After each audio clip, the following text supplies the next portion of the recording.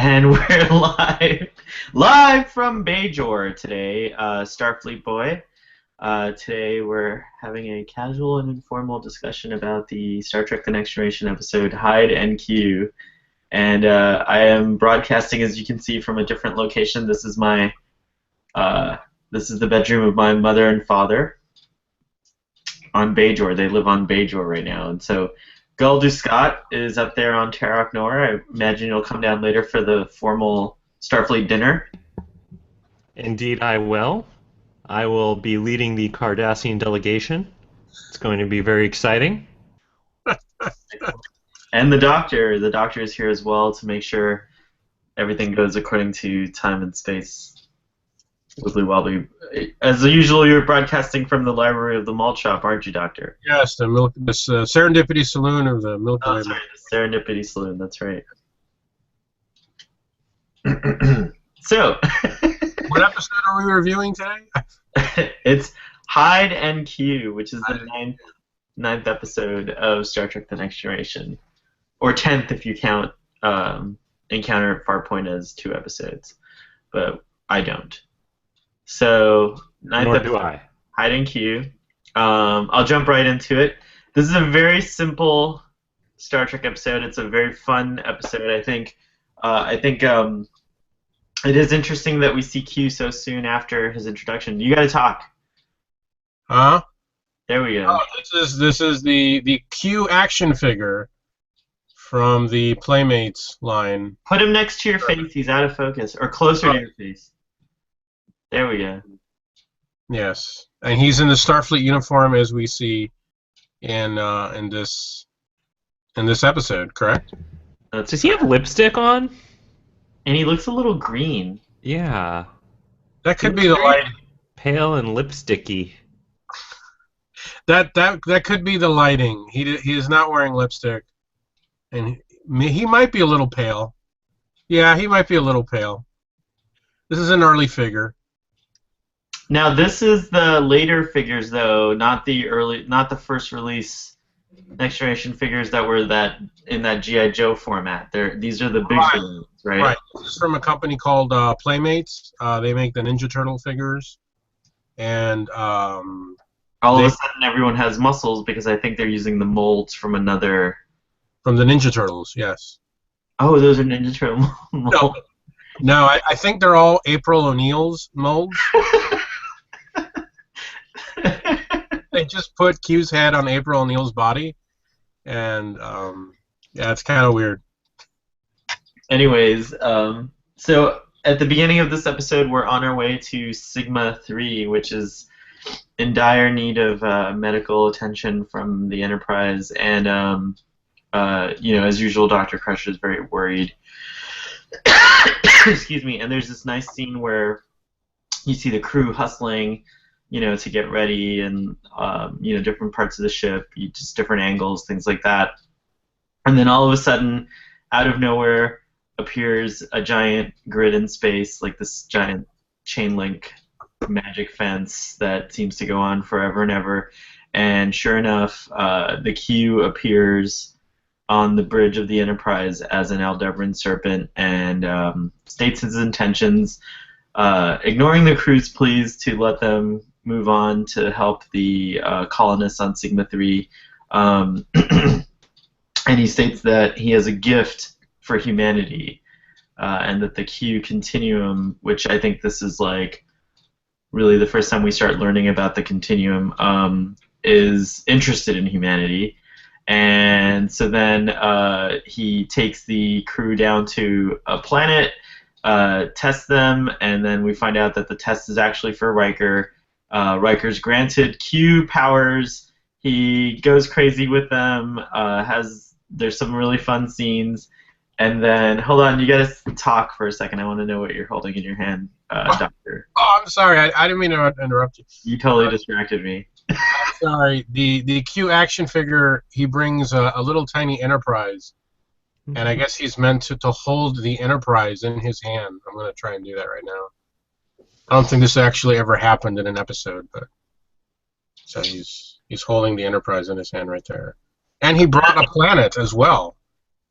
That's weird for a number of reasons. The biggest is why is the Enterprise on the planet like this bluish purple color? Like they That's could bother weird to thing paint number them. one. It's just cheap plastic, you know. The Enterprise D has been relegated to cheap plastic. It's Yeah, wonderful. there's a better. The better one is up here. But go ahead, continue. I'm sorry, I didn't mean. Anyways, he offers Riker the power of the Q.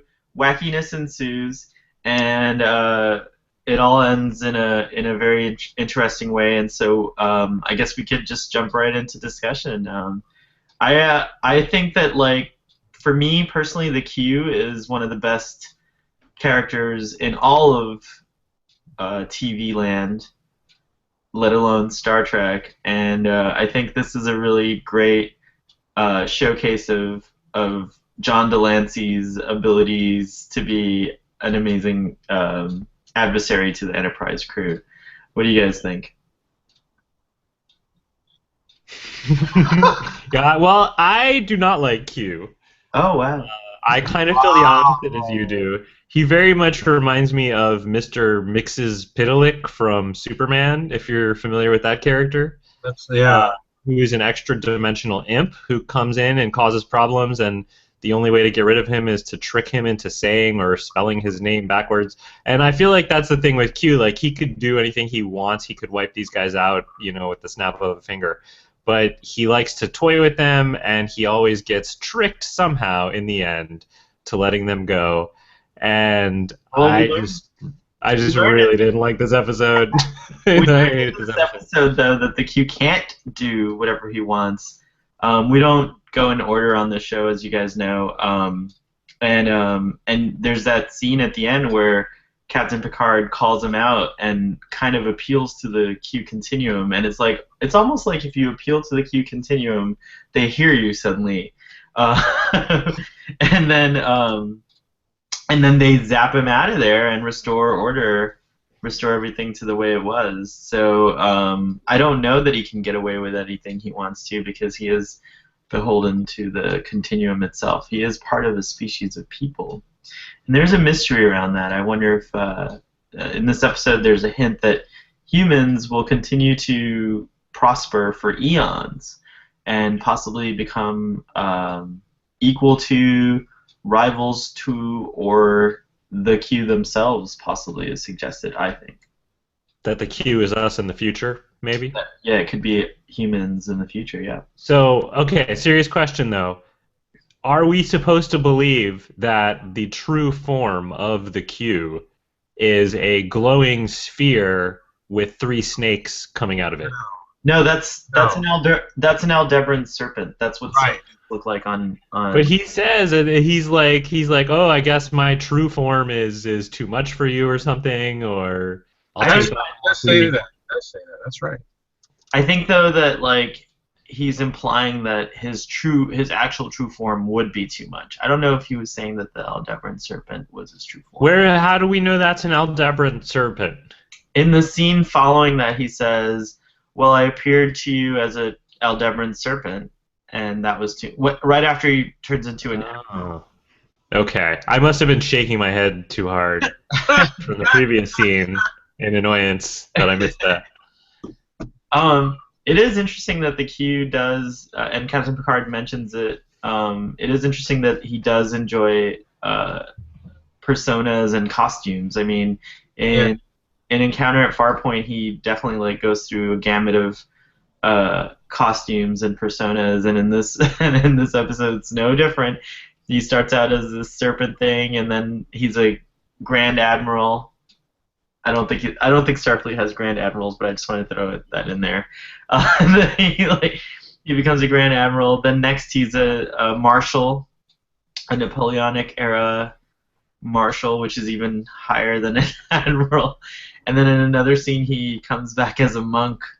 And it's like That's right. Yeah, that was funny. He has a flair for theatrics, and I think that's what probably draws me into the Q, because I definitely have that same flair. If I were granted powers like the Q, I would be just as annoying as he is. I can only imagine the costumes you would come up with. Speaking of costumes, danger! I am in a red shirt today. Uh-oh. Yeah, Red alert. Drop out at any time. Yeah. So, Doctor, what do you think of the Q? I like the Q. I think this episode is probably one of the lesser ones of the Q episodes. I think they were still trying to figure out how Q worked within the framework of the show. What I thought was really interesting is that Q was going for Riker. And it was kind of established, I think, in Encounter at Farpoint. Q made some references to, like, oh, you know, you're interesting to me, or something like that. And now here we have the episode where he's coming to test Riker. And I don't think it works that well. I think eventually they realize that Q is Picard's nemesis. He is, and that's when the show works best. When Q works best is when he's actually interacting with Picard one-on-one, as he does in the last episode, as he does in, I think the episode is Tapestry. Is that the one where he goes? That's a really great episode with the Q. I do think I disagree with you on this this point not working. I think he is actually trying to get to Picard through Riker. I think that he's still very much up against Picard in this episode. And as a matter of fact, even though he grants Riker this gift, but he's really trying to, like, trump Picard. Yeah.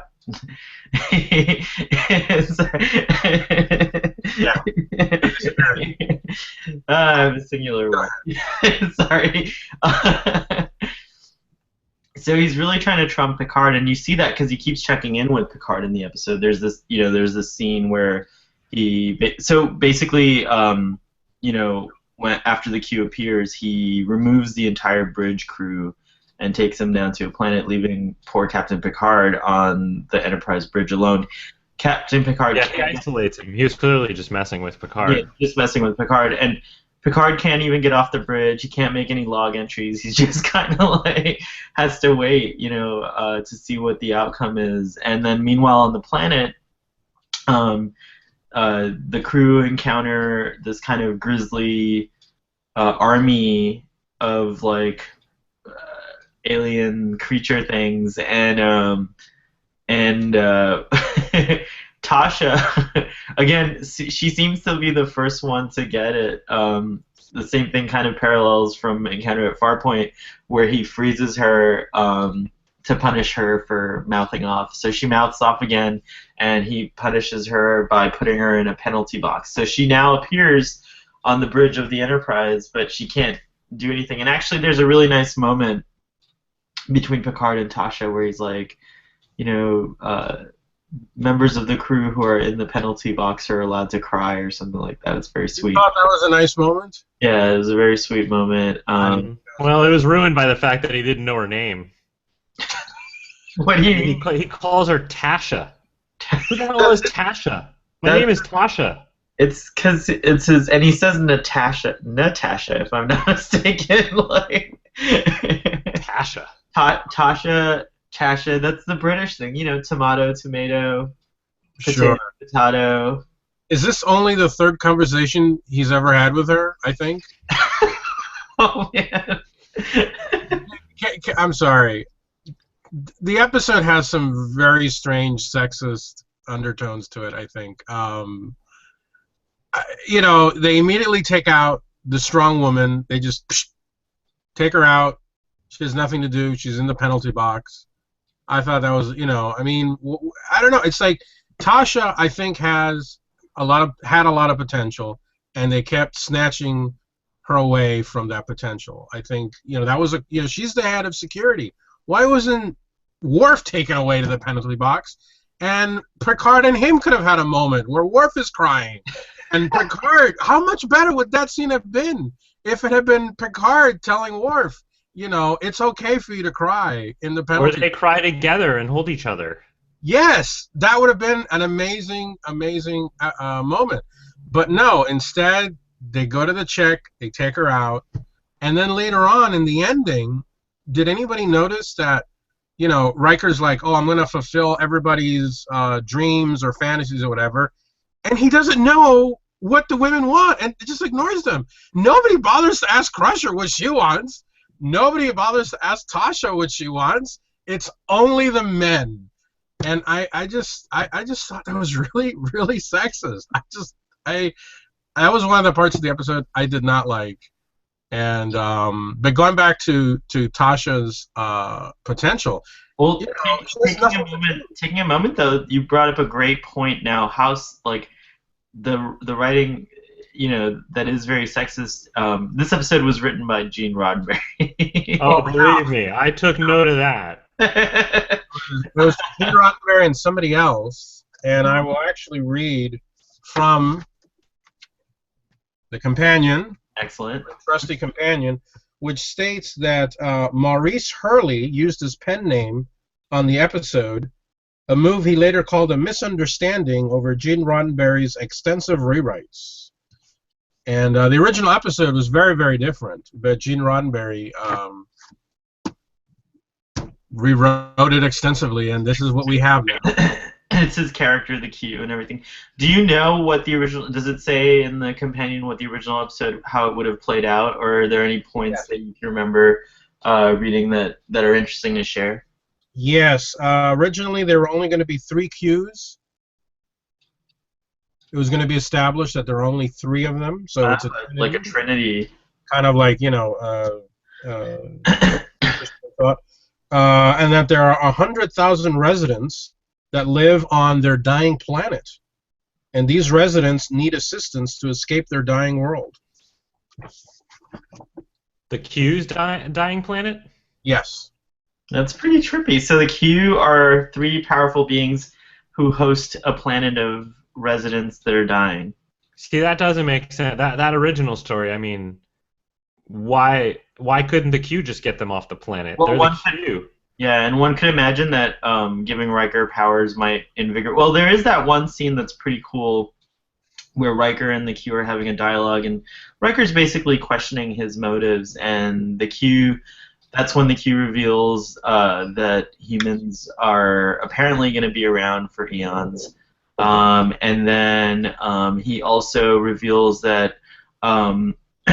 By integrating Riker into the Q continuum, that the Q would gain that sort of human aspect that's so intriguing to them, like the hunger to explore, curiosity, things like that, because apparently the Q have lost those things. And, I don't know if that's, we only get, this is our second glimpse of the Q, and as Riker points out, they were certainly imaginative. I mean, he comes up with like pretty imaginative things, but I guess when you're an all-powerful being, you kind of lose the drive for curiosity, because you can just dissect anything you want, there's no mystery at that point. So maybe they're hoping that somehow integrating a human, especially Riker, who kind of maybe exemplifies all that, would provide that for the Q. So that's an interesting little point that occurs. And it's very convincing. Riker definitely considers the offer at that point. But going back to your comments about the episode being sexist, I think in general Star Trek The Next Generation in this early stage does ignore the women. I agree completely that Tasha has a lot of potential that doesn't seem to be fulfilled, and then, of course, she gets killed off before and doesn't get to continue. I do think that later the women on the show do become more three-dimensional, and I think that The Next Generation does make up for it in later seasons, especially from season 4 on. But I think that's a really good point. It's a testament that the show was written in the 80s and probably written by people that had older views of how women should be. And as progressive as Star Trek is, because you have to admit that you do see women, if you take it in the context of how women in society were in the 80s, the show does show women working alongside with men. We can assume that even though no one's getting paid, that if they were getting paid, that in the future women get paid the same as men, and there's not like a gender difference, and no one really. And the show does do a good job, I think, of not like not saying, oh yeah, this is not a place for women. Women are never hindered from going down to the planet because they're women or into a fight scene and things like that. But Actually, yeah. if anything, we've seen Tasha. Tasha has been the most ass-kicking of them all so far in the series. Yeah, she really has. I've been keeping tally of fights and who wins them, and she's the leader at the moment. How many fights has she been in? Well, she was in the first one. I'm sorry, in the second episode, she was actually in 2 fights. First, she beat up Lutan's second-in-command guy. Then she won the fight with the porcupine glove thing. Sorry, the second-in-command guy, doesn't she...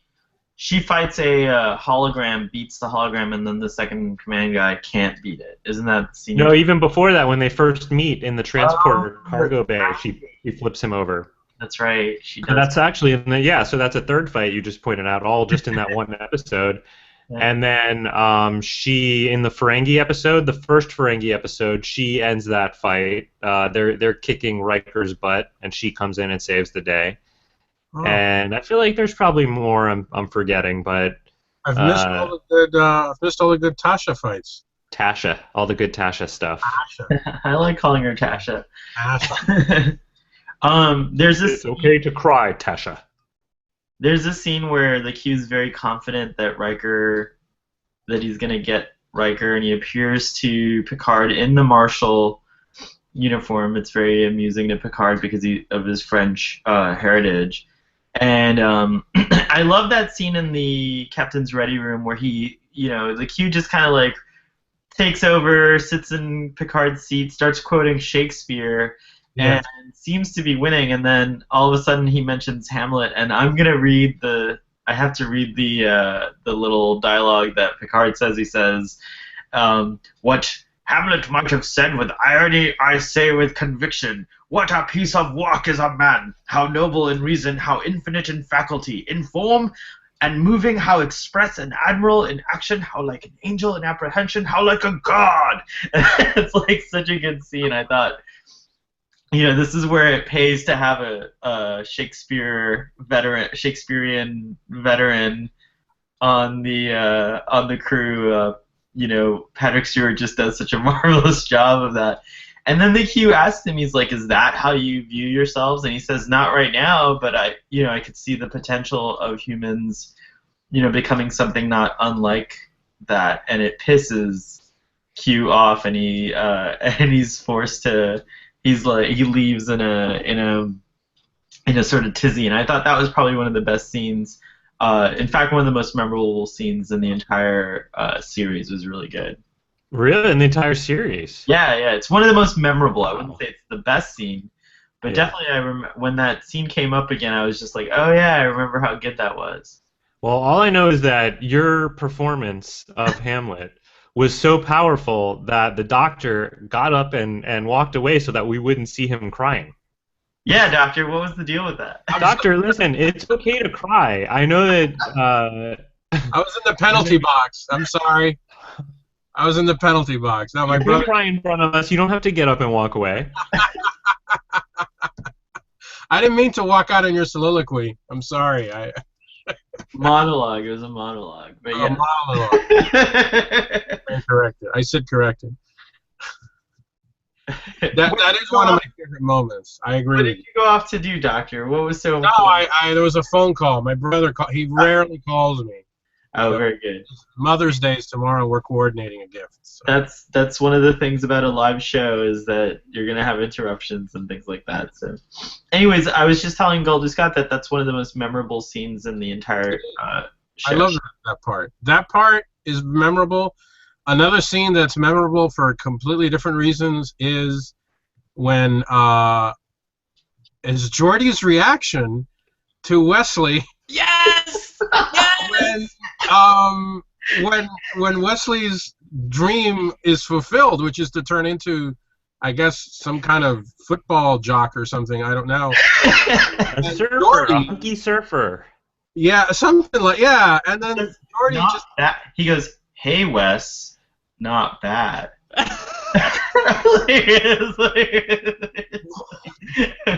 You know, the fact that he was the host on, that's just so bizarre.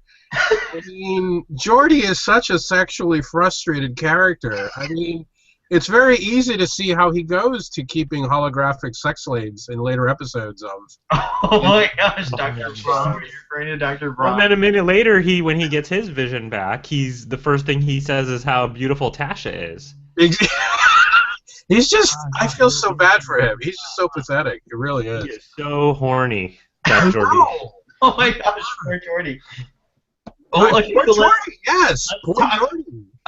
Let's talk about that scene a little bit more, but just to comment on the Wesley thing, like, why does he still have his teenager voice? Because that's I was trying to figure out. Voice, but have the body. He doesn't want to change his voice. Do we know that it was actually Will Wheaton's voice dubbed over that guy? It had to have been. There's no way it couldn't have been. It's also like seems like out of sync. Like, and that is really what Wesley's inner dream is to skip 10 years of his life. And the sadder part is that's his dream, to look like that. But like we know from Star Trek Nemesis that he actually just looks like himself. Well, we know from real life what Will Wheaton looks like now. He just looks like himself. He doesn't look like this guy. They definitely did not have good casting back then, I guess they didn't have those computers that could artificially age you, so then they could find an actor that would look like him, or I don't know. But that guy, man, he doesn't look like Dr. Crusher either, and I don't think he looks anything like. We see Wesley's father in a later episode, don't we? I don't think he looks anything like that guy. Yeah. Although I do remember Wesley's father did have like a really good, cool-looking chin. So that scene's a really interesting scene. So in a previous scene, Captain Picard and the Q make a wager. They strike a deal, and and Picard says, "Look, Q, if you succeed in your plan, fine, whatever. But if you fail, which you will, I guarantee you, Picard's so certain of this, then you leave us alone and get the hell off my ship and let us continue on our mission," right? That's all Picard ever wants whenever Q is around. Q, get the hell off my ship. Why have you seized my vessel? Why have you? I do like that part when Q is making fun of him and imitating him. Seized your vessel. I seized your vessel. Oh. That's one of the things that I love about the Q is that like here's this crew that's so serious, and he really like dispels all that seriousness. Like he makes fun of everyone. I mean, he calls Worf macro head. I mean, you know, he really doesn't like he doesn't micro brain. That's right, macro head and micro brain. So the Q's so confident about this, and so on the planet below, he reveals to Riker that after that scene, he reveals to Riker that Riker has the power of the Q. I love this like gesture. Whoosh. Someone should be able to insert the effect. Whoosh. Okay. So now all his friends are in danger, and he has this really dramatic moment where he's like, damn it all to hell, and he like gets everyone back to the ship, and well, yeah, we see Wesley get impaled. That was pretty intense. That was cool. Yeah, it was pretty intense, cool scene too, and everyone's restored to normal, and Riker's kind of like, did you notice in that scene Riker's kind of standing very like proudly, and his entire posture changes in that moment. In that scene, I really applaud Jonathan Frakes acting, because he really did become like a different person. Like he personified this new power that he had within him. It was cool. Like you said, just that posture was kind of neat and different. Yeah, he's all of a sudden very confident in his abilities and his use of power. And so then this little caveat comes up where, you know, he definitely decides with Picard's guidance that it would be detrimental to use the power. So he makes a promise not to use the power. And then, of course, what happens? Dead little girl happens. 3 seconds after he makes that promise. He makes this promise. They waste no time. He makes this promise. They beam down to the planet to aid the colonists, and Data uncovers this dead girl, and Dr. Crusher's like, if only we'd been here a few seconds sooner. Which, by the way, I just want to point out that in the past, for example, let's go back to the episode with Dead of Honor or Code of Honor. They're able to poison Lutan's wife. She dies, and within like 10 minutes, they're able to bring her back to life. And Dr. Crusher says, if only we'd been here a little sooner, implying that like this girl just died, like minutes ago. But she can't do anything for her, and I thought she was crushed to death. I mean, in the case of the episode, it was a poison. Yeah, that's true. Good point.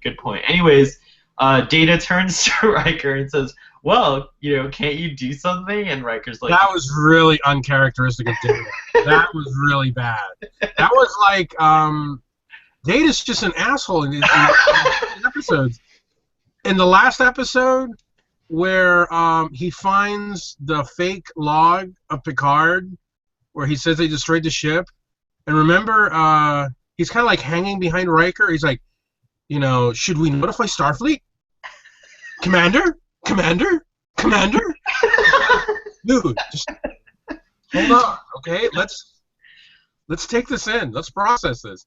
Data is just a jerk, man. Well, I mean, he doesn't have the emotions to like guide him to sensitivity. I don't know about that.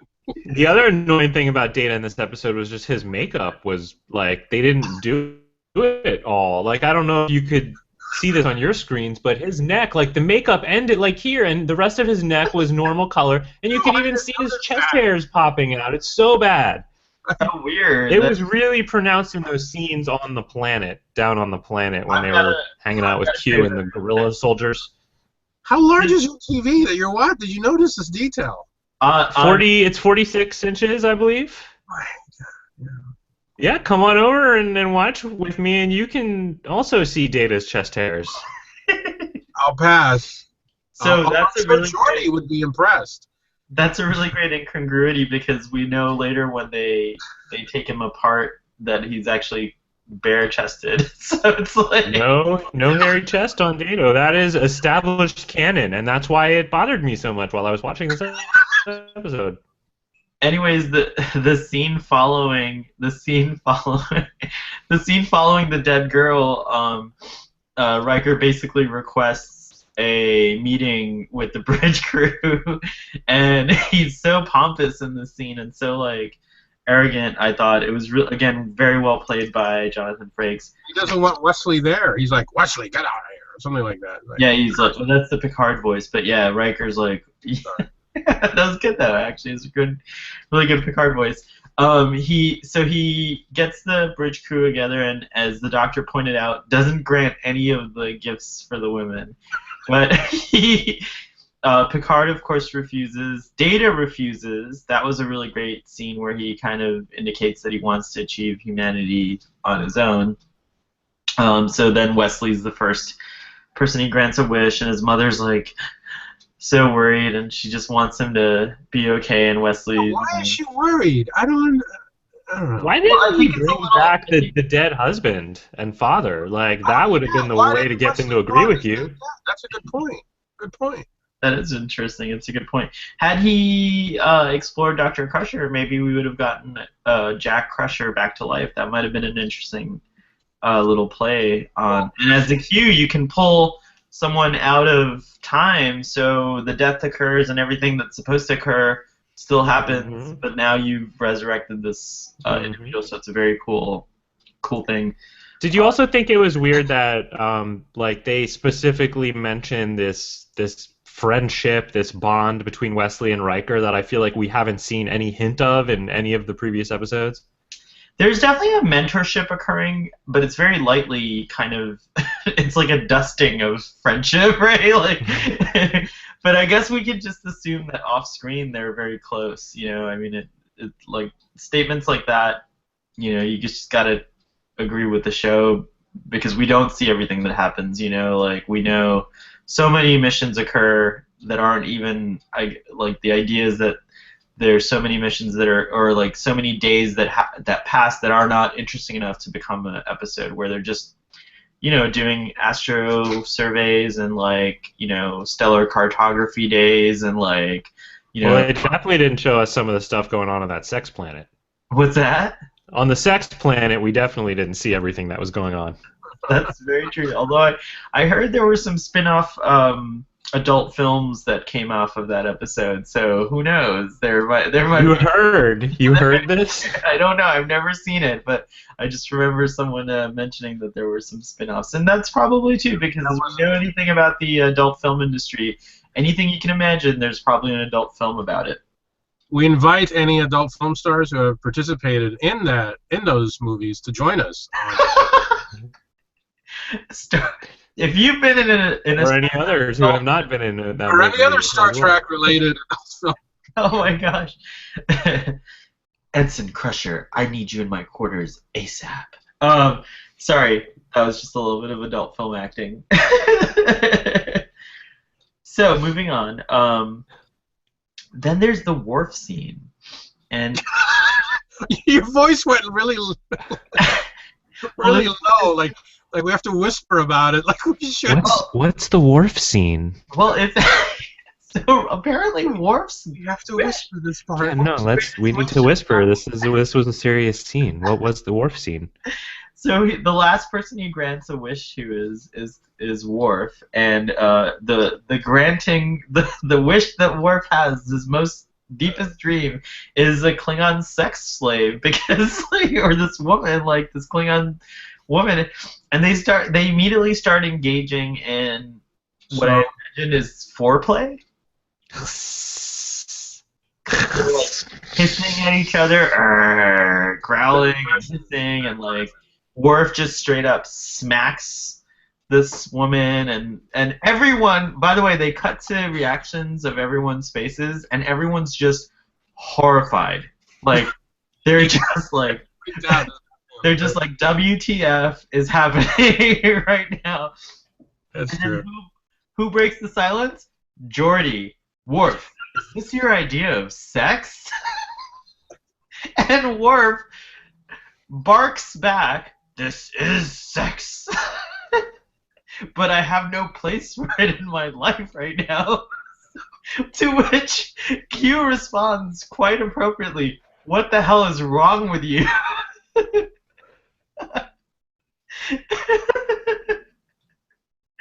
It's just a weird scene. And well, no, never mind.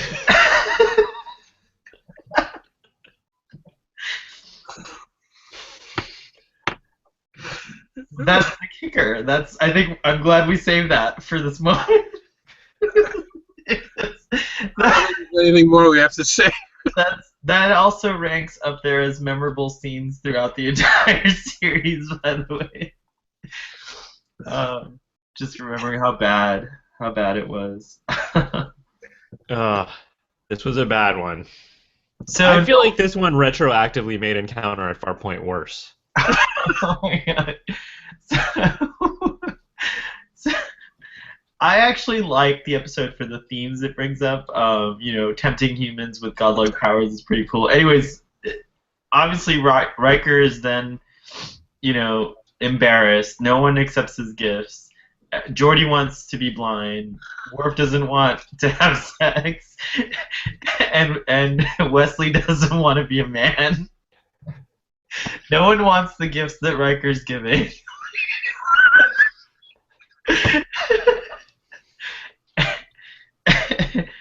And so then Riker says, "I feel like an idiot," and that's when Picard jumps in and says, "As you should."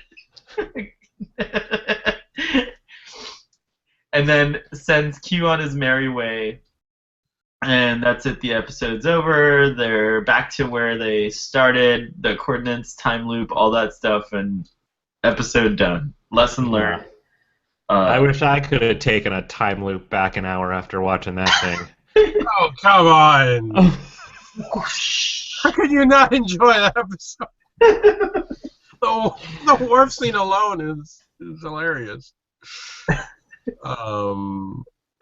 To try to regain a serious composure.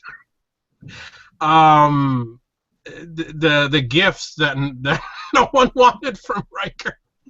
It's a great way of putting it. The gifts that no one wanted from Riker, I guess they are. I mean, Riker's not specifically reading their minds. I think it's implied. It's what he thinks they want, right? Am I Correct. I would say that that's correct. Right. So then, when you know, I guess Worf talks a lot to him about sex, and that's not why he interpreted that. And Well, I mean, you could. Wesley talks to him about being a man, and that's why he interpreted that. And So it's not a stretch, you know. There is that episode on the sex planet, right, where they have the conversation Worf and Riker have a conversation where right. Worf basically says he would hurt, you know, human Right. environment, like Because he has a giant penis. Exactly. That's what we established in that episode. micro brain, giant member, Macro head, micro brain, mega penis. mega member. You gotta alliterate. Mega member. There you go. There you go. A mega member. Right. And then Wesley does want to be an adult, but not in the way that Riker interprets it. I think Wesley's just in a hurry to, you know, be taken seriously and, Exactly. and things like that. So yeah, you're absolutely right about that, Doctor. And then we know that Geordi, you know, is suffering, even though his visor gives him extraordinary ability. It is something that causes him pain as well, and so having sight would be amazing for him. But he doesn't want it that way either, and you know, so. Now, I'd like to point out what you all think about the fact that there's someone who is not in this episode.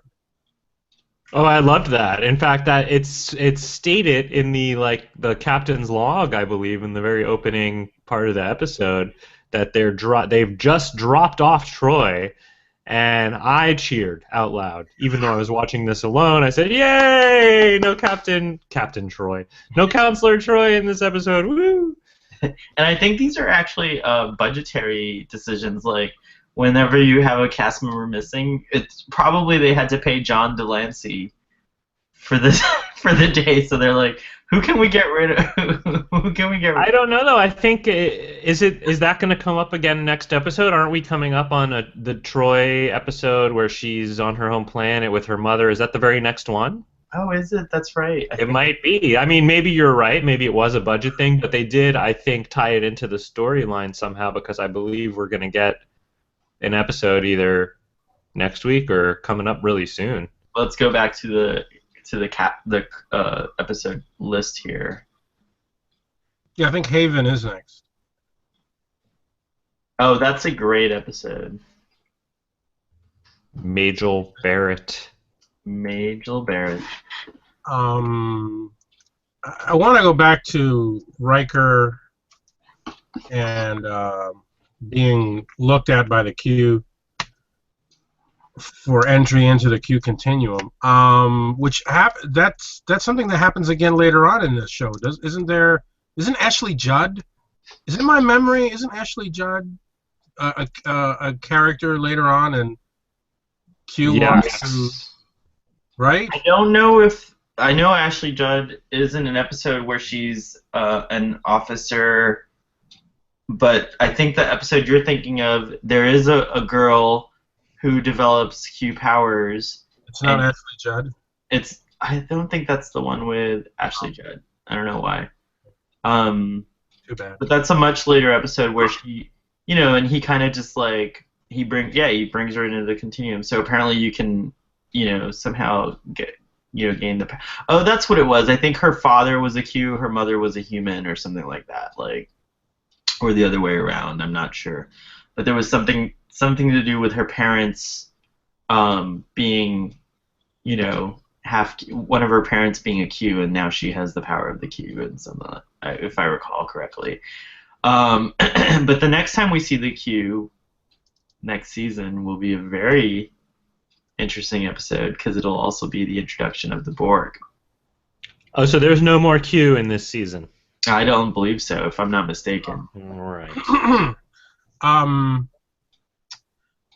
want to argue my point again Okay. about Riker. I think that the show was still trying to decide whether or not they were trying to decide who was the main character. Is it Picard or is it Riker? Or at least they were trying to negotiate splitting the captain character. You know, Picard stays on the ship, makes intellectual decisions, all this stuff. Riker goes on the planet, does the action, you know, bangs the girl, all the stuff that Kirk would do. But since the captain can no longer go on the planet, you know, you need a surrogate for that action. And I think, you know, the way, when you see Q had an interest in Riker, and even what you guys were just talking about, how it seemed that Wesley and Riker had an implied friendship. It seemed to me that maybe these were all seeds for changes that never happened on this show, which is maybe they thought Picard would eventually leave, being an older captain, and that Riker would eventually become captain of the Enterprise, and Wesley eventually, you know, like those were kind of arcs that maybe in the beginning were thought of, that, you know, Wesley would be an engineer, Riker would be a captain, Data would be second in command, I don't know what Worf would be, whatever. But, you know, like, I don't know, I just see little scenes like that, and I think to myself, I wonder if anybody at that time was thinking, let's start planting these seeds. These are possibilities for Riker, for Wesley, because there's strange emphasis on those characters. In later seasons, you know, Riker really doesn't. In this first season, you know, they always make time for Riker, but in later seasons, he just kind of falls into the episode of the week routine. And I think it's safe to say that it's Data and Picard that move. It's their episodes that move the Star Trek universe forward in terms of their plots, you know. And then by the time you get to the movies, it's clearly obvious that Picard and Data are the main characters of Next Generation, because the A plot and the B plot are always theirs. I don't think that was. I don't know that was the writers choosing that as much as they were responding to who was popular with the fans. I always thought that Data started getting a lot more episodes in season 3 and 4 because they knew that he was the most popular character with the people watching the show, and so they made a conscious decision to focus on him more. Yes, that I agree with that. They probably in the beginning thought it would have been Riker, but he wasn't. It was they were touting Riker, in other words, but the audience fell in love with Data, and so then they made they made changes to it. Right. I agree. Yeah, no, and that's what it seems like to me. I think they thought Riker would have been, but yeah, as it turned out, Data, even Worf, you know, in if you look at their episodes, they always when the episodes focus on those three characters, a lot of times they're real game changers for the show.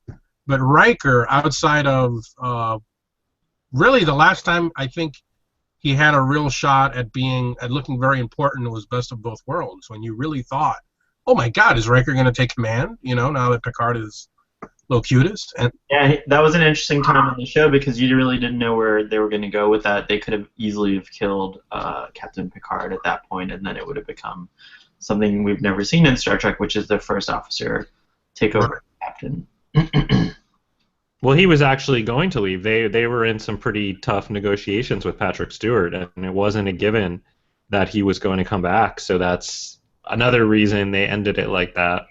Oh, that's really to give themselves that out if they needed to write him out of the show. Mm-hmm. It's true.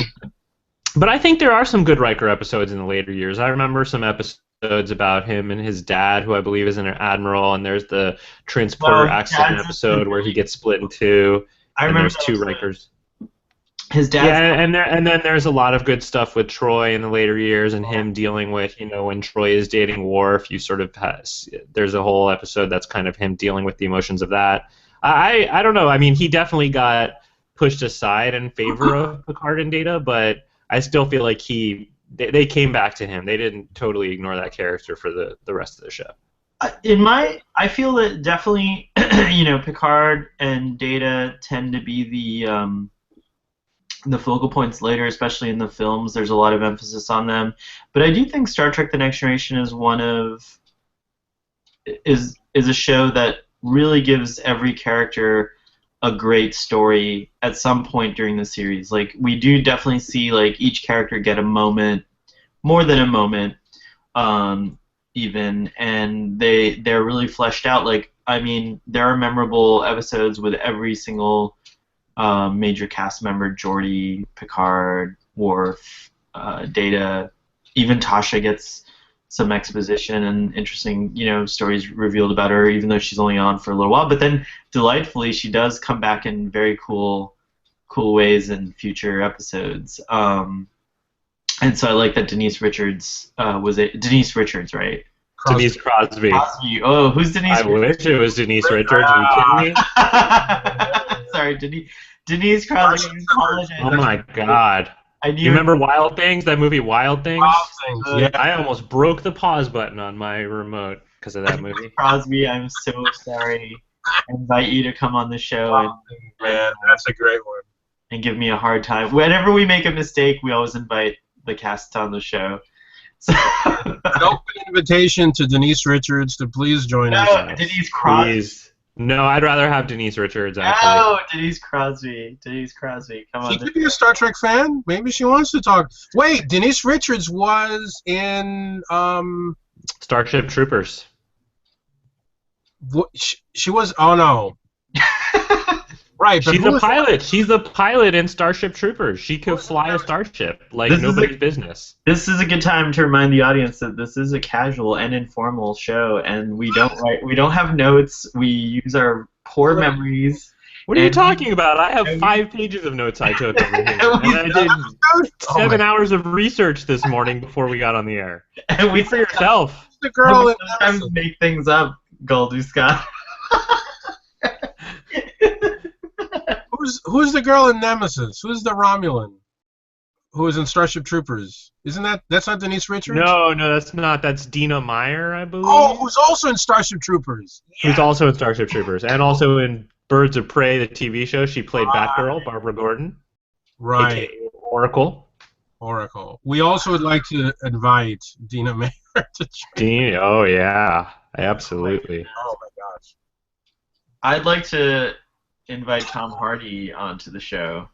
Oh, yeah, Tom Hardy. Nemesis. By the way, everyone we invite has to come on with no shirt on. Oh, jeez. For the deal. Richards, Tom Hardy. We don't discriminate, male or female, right? We know what gift Riker would give you that you want. We now know what gifts. So I have a question for you guys. We're probably coming up to the end, but just a little philosophical question. Were you to be granted the power of the Q, A, would you keep that power, and B, if you did keep the power, what would be one thing you would definitely do with that power? No. You would not keep the power? No. Okay. Absolute power corrupts absolutely. Didn't you watch the episode? Come on. I would keep the power. I don't care about being corrupt. And I would use that power first. I would use it for the benefit of those I loved. You, Doctor, you, Starfleet boy, you would both be rich beyond your wildest imaginations. You'd work again a day in your life. And then I would take off, and I would probably travel through time and space and just explore shit and kind of see what's going on out there. Maybe solve some mysteries. Maybe go back in time and see what really happened to AFK and things like that, It is a compelling ability. I have to say that I would only take the power temporarily to create a TARDIS and give myself the ability to regenerate indefinitely. Doctor, you have to talk. Oh, yes. There Just it is. Explain what the TARDIS is. Here's Q going into the TARDIS. Even Q can't get into the TARDIS. No, he probably could. But yeah, I would definitely live out my Doctor Who fantasy and then give up the power because now I would be a Time Lord and I wouldn't need Q's power anymore. I'd have the joy. That's kind of a loophole you found there. What the hell to find a loophole? Yeah. That's what I do, Galder Scott. I find loopholes. Best ship in the universe: the TARDIS, the Enterprise, the Millennium Falcon. That's right. The Defiant. Oh wow. What? The Defiant. I love it, but it doesn't rank up there with the top three. No. TARDIS, Enterprise, Millennium Falcon. What about the Battlestar Galactica? That's number 4. Okay. Actually, I'm taking the Pegasus over the Galactica. What? Have you seen that thing? The Pegasus is badass. No. The Galactica all the way, man. Original Galactica, by the way. Original. Oh. Well, the reboot's close. There's a funny thing. I don't remember where I read it. It might have been Starlog magazine or something, but it was something that came up a lot in at lunchtime conversation in high school. It was every CG, every animator or model maker dreamed of working on those ships. Yes. You know, that wanted to do that kind of animation would dream about working on the TARDIS, the Enterprise, or the Battle. It was just the Falcon or the Enterprise. The Falcon or the Enterprise. That's what it was. Right. There was an article about it or something. Right. I'm not. Yeah. Yeah. Yeah, I don't think the TARDIS would be fun to design. It's a little weird when it's just spinning through space. That's just because it's stuck as a police box, but. But I mean, I'm thinking like from a designer's point of view. I'm someone who draws things for a living. The spaceships are probably cooler than a phone box. A working Type 40 TARDIS could actually appear as the Enterprise if it wanted to. It could a correctly working Type 40 TARDIS could like manifest a shell that would look like the Enterprise if it wanted to. Or I think we just found our way to have a crossover episode between the two. Yeah, it's possible. Really briefly, there is a later episode coming up with Max Headroom playing a character that might have been the crossover. There was discussion about a crossover episode with Doctor Who and Star Trek, and so I believe he's a time traveler, right? That character. Matt Frewer? Yeah, Matt Frewer, Dr. Kevorkian, or whatever his name is in the show. The Lawnmower Man? So, yeah. All right, guys. Do you have anything else to say on this episode, Hide and Q? Do you want to give it a rating? Is that something we're doing now? I'll give it a rating. A -17. No, what do we do? We're doing 0 to 5, right? Yeah, 0 to 5. What's the worst, 0 or 1? 0. You could go 0. Okay, I'm gonna give this a 0.5. Wow. God. Let me tell you, it is a dumb episode, but I enjoy it. So I'm gonna give it a 5. A 5. Wow, fantastic. No, wait, hold on. No, I'm thinking on a scale of 10. Hold on. So you're really talking about a 3. Right, I'm talking about. Yeah, I'll give it like a 2.5. 2.5. 2.5 stars. All right. I'm sorry. Well, I agree with you. It's not like the best episode. It certainly has a few memorable scenes, and I really just love anytime Q's on the show. I just love the banter between him and the crew. I think it lightens things up and shows a different side of Star Trek. So I'm going to give it 3.5 stars. 3.5. Very big rating. Hey, it's not. You're generous. You're generous, sir. Wow. All right. He loves his Star Trek. The man loves his Star Trek. He does. Star Trek: The Next Generation. He loves Next Generation more than I do. I can tell you that much. True. I definitely love Star Trek: The Next Generation a lot. All right. Well, thank you guys for being on this show, and I am on Bajor right now. It is hotter than Starfleet headquarters here. It's very hot. I don't know how Cardassians and Bajorans. It's a beautiful 83, 84 degrees. I don't know what the problem is. Right, Doctor? Do you know what it is outside? It's cooler than it's been. I was telling him earlier. This is the coolest day it's been on Bajor in weeks. The mornings have been really cool lately. Like before the sun rises, it's been pretty cool. No promises, but let's try to do a very special episode. Maybe we can watch a movie and do it in person all together. Like maybe we could watch one of the films this week or something like that. But we all have hectic schedules. The Doctor might be called away to save Gallifrey again, and who knows. But just throwing it out there, let's try to maybe do one midweek or something like that. Absolutely. Sounds good. All right, everybody. Thank you for joining us, and live long and prosper. And LLAP. Yep.